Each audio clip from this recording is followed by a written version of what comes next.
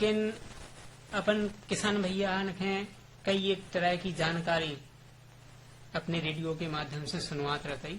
तो देखो खेती किसानी के संगे संगे कृषि वानिकी भी महत्वपूर्ण है जो हमारे देखो पर्यावरण के भी शुद्ध करत है। और देखो बहुत से ऐसे कारण बन जाते हैं जिनसे अपने किसान भैया कृषि वानिकी के माध्यम से लाभ भी प्राप्त करत। चाहे देखो वो फल हुए या फूल हुए या जलाऊ लकड़ियां हुए हैं, और चाहे अपने जो फर्नीचर हैं जैसे खिड़की या किवाड़ बनावे के लाने लकड़ी हुए कटिया हुए तो वे पेड़न की लकड़ी से प्राप्त करते हैं। तो ई विषय पे आज एक उम्दासी भेंट वार्ता अपने किसान भैया को सुनवा रहे कृषि वानिकी महत्व एवं उपयोगिता। ई विषय पे डॉक्टर ए अरुणाचलम निदेशक केंद्रीय कृषि वानिकी अनुसंधान संस्थान झांसी से आए थे और इनसे बात करी पुष्पेंद्र यादव जी ने। तो अपन सुना तो अपने किसान भैया सुना तो सुनो भैया। हिंदुस्तान और वाटरशेड मैनेजमेंट की तकनीक को प्रयोग किया और 29 में से करीब 8 गांव को जो वाटर डेफिसिट से वाटर सरप्लस में लाया और करीब 9 गांव को फाडर डेफिसिट से फाडर सरप्लस में हम लोग ला पाए, जिसके लिए हम लोगों को राष्ट्रीय सम्मान भी मिला। जिसके अलावा इस संस्था की एक अनोखी पहल है कि हर कोई इस संस्था के साथ जोड़ सके। उसके लिए हम लोग काफी प्रयास प्रणाली भी अपनाया है।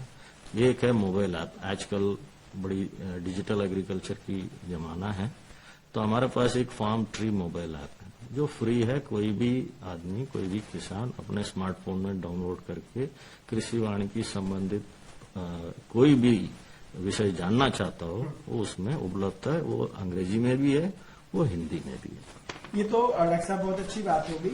एक प्रश्न ये उठता है कि अगर हमारा किसान भाई 1 हेक्टेयर में कृषि वानिकी अपनाता है तो एक तुलनात्मक अध्ययन किया होगा आपके वैज्ञानिकों ने कि दूसरी फसल की अपेक्षा में अगर वो कृषि वानिकी अपनाता है तो कितना उसे फायदा होगा प्रति हेक्टेयर। अब भी इसको, क्योंकि जितना इन्वेस्टमेंट इसमें कर पाएगा किसान के हिसाब से वो एक्चुअल खेत की साइज से निर्भर करेगा। लेकिन एक उदाहरण के तौर पर मैं बोलता हूं, अगर वो किसान 1 लाख रुपया लगाता है 1 हेक्टेयर में तो उसको करीब 2.5 लाख की उम्मीद की जा सकती है तीसरे साल से। पहले 2 साल इतनी नहीं लाभ मिलेगा क्योंकि पेड़ को उठ के आने में थोड़ा समय लगता है। उसकी फिर उचित माध्यम से पैसा अनुकूल करने के लिए 3 साल की कम से कम जरूरी समय लगेगा। बिल्कुल। डॉक्टर साहब, हम बात करें कि बुंदेलखंड क्षेत्र के परिप्रेक्ष्य में अगर हमारे किसान भाई इस तकनीक को अपना रहे हैं तो आप कहाँ देखते हैं? कृषि वानिकी बुंदेलखंड जैसा एरिड इलाका है, सेमी एरिड हम लोग कहते हैं, जिसमें बारिश की मात्रा कम होती है, इसके अलावा भी अनेक क्षेत्र में कृषि वानिकी को अपना सकते हैं और लाभ उठा सकते हैं। लेकिन बुंदेलखंड विशेष तौर पे हम लोग बात करेंगे तो यहाँ पे आज के डेट में हम लोग कोई भी बुंदेलखंड की कोई भी डिस्ट्रिक्ट में चले जाए, चाहे वो यूपी का हो या चाहे वो मध्य प्रदेश का हो, वो स्थिति नहीं है जहाँ हम लोग सूखा सूखा देखते थे। हर जगह अभी हरियाली उपलब्ध है। जो किसान पहले वीट या मिलेट लगाते थे वो आज चावल के तरफ भी जाने लायक वानिकी उपलब्धियां हैं। वो केवल जो कृषि वानिकी आधारित जो वाटरशेड प्रणाली है उसको अपनाने पर ये स्थिति हम लोग ला पाए। मतलब कहने का मतलब ये हुआ कि हमारे किसान भाई जो कृषि वानिकी की तरफ गए तो निश्चित ही कि क्लाइमेट जो चेंज हो रहा उसमें परिवर्तन हुआ और किसानों का जो जल स्तर था खेत का वो भी बढ़ा हुआ है।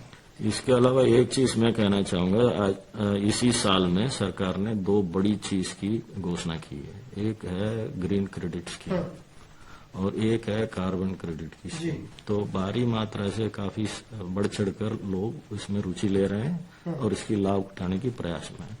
और कोई भी आदमी, कोई भी व्यक्ति, चाहे वो किसान हो या कोई भी घरेलू घर रखने वाला हो, वो अपने आंगन में भी अगर एक पेड़ लगा सकता है, उसकी भी फायदा उसको मिलेगी ग्रीन क्रेडिट में। अगर भारी मात्रा की जमीन है किसी के पास और उसमें बड़ा क्षेत्र को अगर वो कृषि वानिकी अपना सकता है, जिसके तरफ कार्बन क्रेडिट्स भी मिल सकता है, जिसको वो पैसा के मूल्य लगा के भी देखें, आकलन करेंगे तो काफी फायदेमंद लगेगा किसान को आने वाले समय में। जी, यदि किसान भाई कृषि वानिकी अपनाता है तो निश्चित ही कार्बन क्रेडिट का लाभ उसे मिलेगा। डॉक्टर साहब, हम बात करें आने वाले समय में कृषि वानिकी को हम कैसे देखते हैं?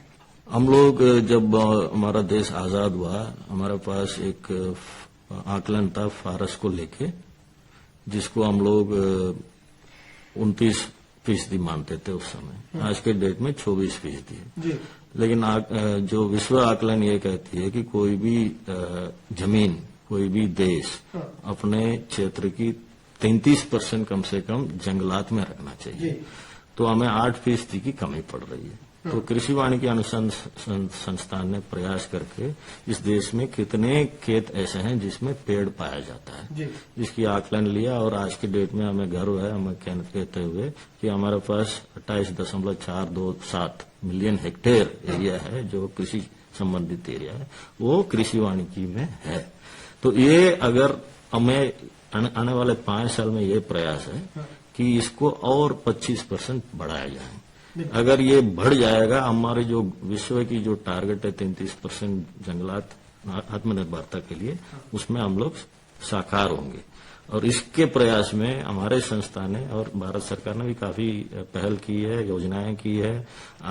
हाल ही में हमारे माननीय प्रधानमंत्री ने भी अपने माँ के नाम पे हर एक को पेड़ लगाने की अपील किया है।